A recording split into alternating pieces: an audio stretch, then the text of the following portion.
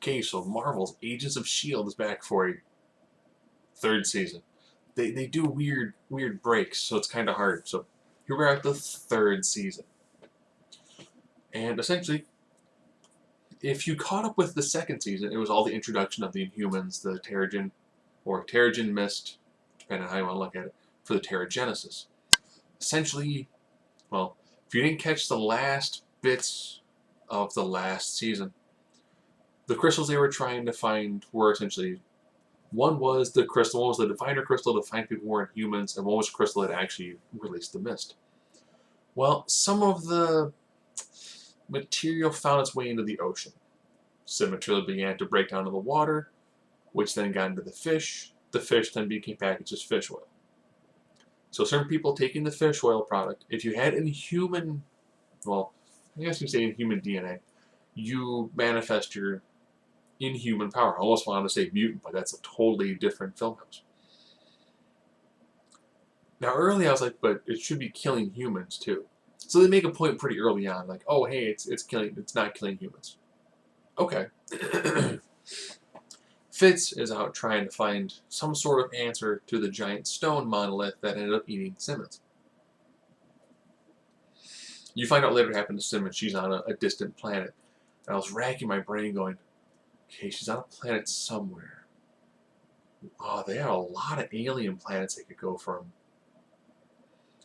But I couldn't think of them off the top of my head. They didn't really show any other sort of creatures to give you an indication of which planet she actually could be on. I was like, alright. So there's the Fitz and the Simmons storyline. Alright. Bobby and Hunter still really aren't talking after the whole shield within a shield sort of bit. There's another group out there that is hunting down the Inhumans. So they're kind of a shadowy organization, but that's okay because Coulson meets up with one of them really early on a train. And I want to say the lead of that group was in one of the Taken films. Because I recall him getting beaten up by either Liam Neeson or Jason Statham. But I want to say he was in a Taken film. It might have been Taken 2.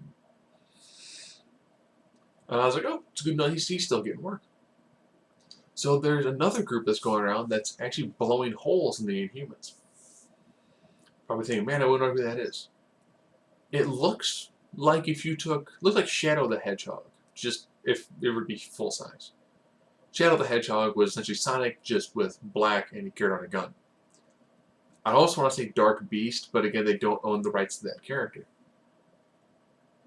So this giant, massive, almost underworld lichen sort of thing with spines is blowing holes in chests. Okay. Of course, the White House ends up releasing a statement while saying, due to the events in Avengers, Thor 2, Avengers 2, we now have created a new task force. Alright, okay, that's not bad. Very, very early, the S.H.I.E.L.D. group does find a new Inhuman who has the ability to melt certain kinds of metal. So they end up taking him so they keep him safe. And their new, like, almost mini helicarrier that they've got for a vehicle. They mentioned it can fly for days before it needs to refuel. How do you refuel something that big without it being noticeable? How does S.H.I.E.L.D. maintain this cloak of secrecy if you fly what looks like a small city? Just saying. Special effects are still on the rough side for a show produced by Marvel with Disney backing on ABC.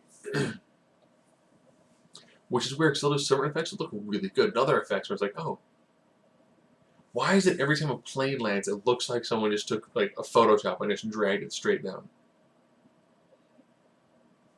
But still good, Looking forward to seeing how this might actually impact anything else. They did mention, I want to say it was 17 months and 21 days. So I did a quick look up to try to see, well, is there a Marvel film that somewhat corresponds to that? Like, it seems like it's too early for the Inhumans film. Like, does that tie into Guardians of the Galaxy 2? Does it kind of tie into Infinity War 1? I don't know. But they do make passing references to of course, all the Phase 2 films. So you have Avengers all up to Ant-Man. They make little bit piece comments here and there. So the nice thing is, if you've seen the films, they don't really add a tremendous amount. It's more like, we heard about Pym particles. There's your reference to Ant-Man. And if you haven't seen them, it's really not spoiling that much, except of course for the end sequence of Avengers 2.